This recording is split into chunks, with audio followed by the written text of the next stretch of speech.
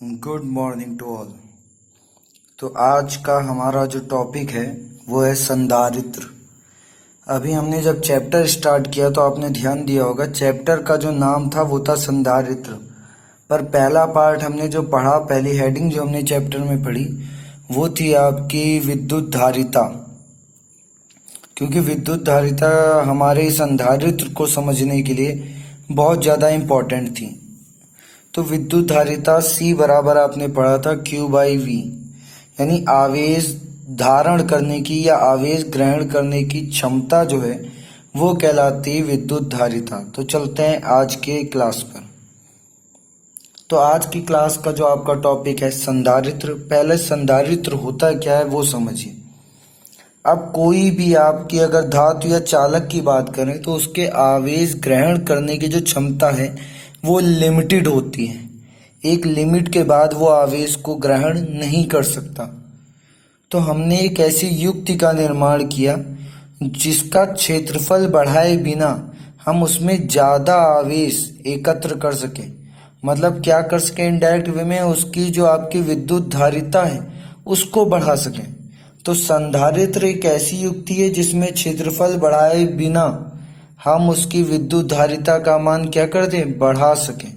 तो डेफिनेशन देखते हैं। संधारित्र एक ऐसी युक्ति है जिसमें चालक के आकार में परिवर्तन किए बिना उसकी धारिता बढ़ाई जा सकती है। आकार मतलब उसके क्षेत्रफल में परिवर्तन किए बिना उसकी चालकता बढ़ा सकते हैं। अब ये कैसे हो सकता है? तो संधारित्र की धारिता हमने फॉर्मूला विद्युत धारिता का पढ़ा है, वही फॉर्मूला हर जगह काम करेगा। तो हम देखते हैं नेक्स्ट टर्म में संधारित्र की धारिता के बराबर आप पढ़ चुके हैं C बराबर Q/V। अब यहाँ पर संधारित्र में हम करते क्या है, हम Q के मान को लिमिट रखते हैं, यानी इस Q के मान को फिक्स रखते हैं और V के मान को हम क्या करना शुरू कर देते हैं, कम। क्योंकि आपका ये जो टर्म V है ये कहाँ लिखा गया है, बेस में, बटे में। जब बटे की वैल्यू को हम धीरे धीरे कम करेंगे तो आपका C का मान जो है वो बढ़ता जाएगा। तो यही काम हमको करना है। यहाँ पर हम जो इसके महत्वपूर्ण पॉइंट्स भी अभी देखेंगे। तो पहला पॉइंट आपका यही है कि हम क्या करते हैं, इंपॉर्टेंट पॉइंट अबाउट कैपेसिटर, संधारित्र के बारे में महत्वपूर्ण बिंदु, या इसको हम कह सकते हैं सिद्धांत भी। संधारित्र का सिद्धांत भी यही है। तो इसमें करते क्या है, पहला पॉइंट, संधारित्र में आवेश Q का मान स्थिर करके Q को फिक्स कर देते हैं और V के मान में कमी लाई जाती है। जब V का मान में कमी लाएंगे जिससे धारिता का मान क्या होने लगेगा, बढ़ना शुरू हो जाएगा। V कम होता जाएगा, C का मान बढ़ता जाएगा। दूसरा, जब इस संधारित्र को हम देख सकते हैं एक विद्युत संचय यंत्र के तरीके, वो कैसे समझते हैं। संधारित्र चाहे जो जिस प्रकार का हो, संधारित्र में दो प्लेटें होती हैं, एक को हम धन आवेश देते हैं और दूसरी प्लेट को हम देते हैं ऋण आवेश। तो हमने आवेश दे दिया, एक को धन आवेश दे दिया और एक को ऋण आवेश दे दिया। जब तक लाइट आपने ऑन रखी, जब आप स्विच ऑफ करोगे तो भी एक प्लेट पे धन आवेश तथा दूसरी प्लेट पे ऋण आवेश एकत्र रह जाता है, जिससे हम कह सकते हैं ये कैसे काम करता है, एक विद्युत संचय यंत्र की तरह। तो संधारित्र एक आवेश संचय युक्ति है जिसमें आवेश संचित रहता है। इसमें हम आवेश को संचित कर सकते हैं। तीसरा पॉइंट, जैसे अभी बताया, दो प्लेटें होती हैं, एक प्लेट पर हम देते हैं प्लस आवेश, दूसरी प्लेट पर देते हैं माइनस आवेश और दोनों प्लेटों पर बराबर आवेश देते हैं। तो जो निकाय का कुल आवेश होता है वो हमेशा रहता है 0, क्योंकि जितना प्लस आवेश उतना ही माइनस आवेश। तो संधारित्र में कुल आवेश 0 होता है, क्योंकि जितना धनात्मक आवेश उतना ही ऋणात्मक आवेश। अभी आगे जब फिगर में समझेंगे तो आपको समझ में आएगा कि कहाँ पर प्लस आवेश देते हैं और कहाँ पर माइनस। अब आगे चलते हैं, अगला देखते हैं। अगला आपको पॉइंट लिखा है, संधारित्र की दोनों प्लेटों के मध्य विभवांतर पाया जाता है, क्योंकि एक पर धन आवेश है और एक पर ऋण आवेश है, तो कुछ ना कुछ विभवांतर उत्पन्न होगा, जिसे हम कहते हैं क्या, संधारित्र का विभव, जिसको हम V से प्रदर्शित करते हैं। अब आगे चलते हैं नेक्स्ट पॉइंट पर।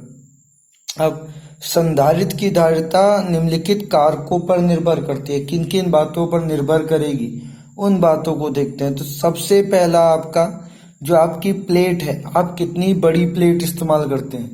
अगर आप ज़्यादा बड़ी प्लेट इस्तेमाल करेंगे तो आवेश भी उतना ज़्यादा उसमें आ पाएगा, क्योंकि चालक की जितना बड़ा चालक उतनी ज़्यादा उसमें आवेश एकत्र होगा।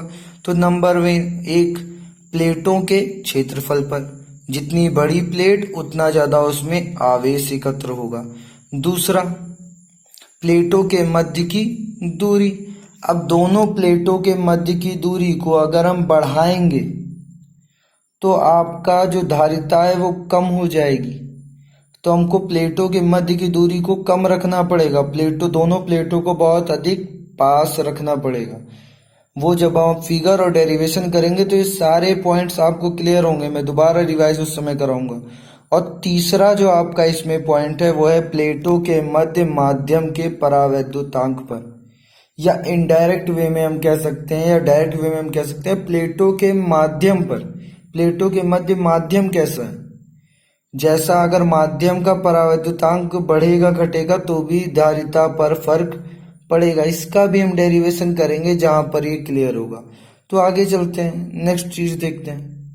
तो अगला है आपका आकृति और व्यवस्था के आधार पर संधारित्र निम्नलिखित प्रकार के होते हैं। तो हम यहाँ पे 3 प्रकार के पढ़ेंगे। पहला, समांतर प्लेट संधारित्र, जो आपके लिए मोस्ट इम्पॉर्टेंट है।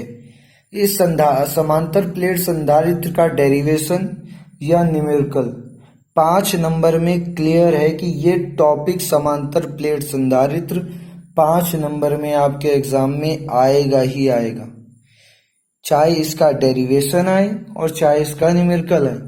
इसके हम लोग 2 डेरिवेशन करेंगे और दोनों डेरिवेशन आपके लिए मोस्ट इम्पॉर्टेंट है, और साथ में इसके हम 4 से 5 न्यूमेरिकल करेंगे। तो इसके अच्छी तरह समझिएगा। दूसरा आपका जो होता है वो है गोलीय संधारित्र। ये आपका उतना ज़्यादा इम्पोर्टेंट नहीं है, एक छोटा सा डेरिवेशन इसका होगा, वो भी हम लोग कर लेंगे। और तीसरा आपका है बेलनाकार संधारित्र, जिसको हम पढ़ेंगे ही नहीं, पर ये 3 प्रकार के होते हैं। तो आज के लिए इतना ही। कल हम समांतर प्लेट संधारित्र को समझेंगे और उसका जो पहला डेरिवेशन है उसको करेंगे। तो आप इसको समझिए और इसको नोट्स में लिख लीजिए। आज के लिए इतना ही।